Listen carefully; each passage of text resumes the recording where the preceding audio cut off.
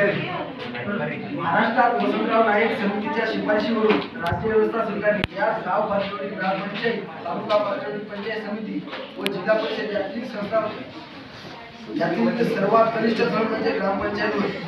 म्हणजे वसंतराव नाईक यांच्या शिफारशीवरून जिल्ह्याच्या ठिकाणी असे 3 समिती निवडली। त्यामध्ये एक म्हणजे ग्रामपंचायत आहे, तालुकास्तरीय पंचायत समिती आणि दुसरी जी आहे ती जिल्हा परिषद, अशा 3 संस्था यामध्ये निवडले गेलेले आहेत। 1 मे 1960 स्वातंत्र्य महाराष्ट्राला राष्ट्रपती हा नियम कायम ठेवला आहे।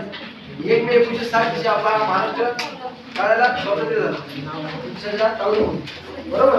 1 मे 1960 रोजी महाराष्ट्राला मुक्ती संग्राम दिन म्हणून आपण असं साजरा केला जातो 1 मे 1960।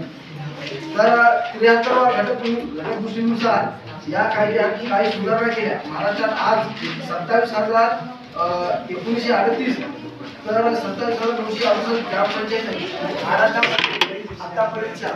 तर 27,938 आणि 27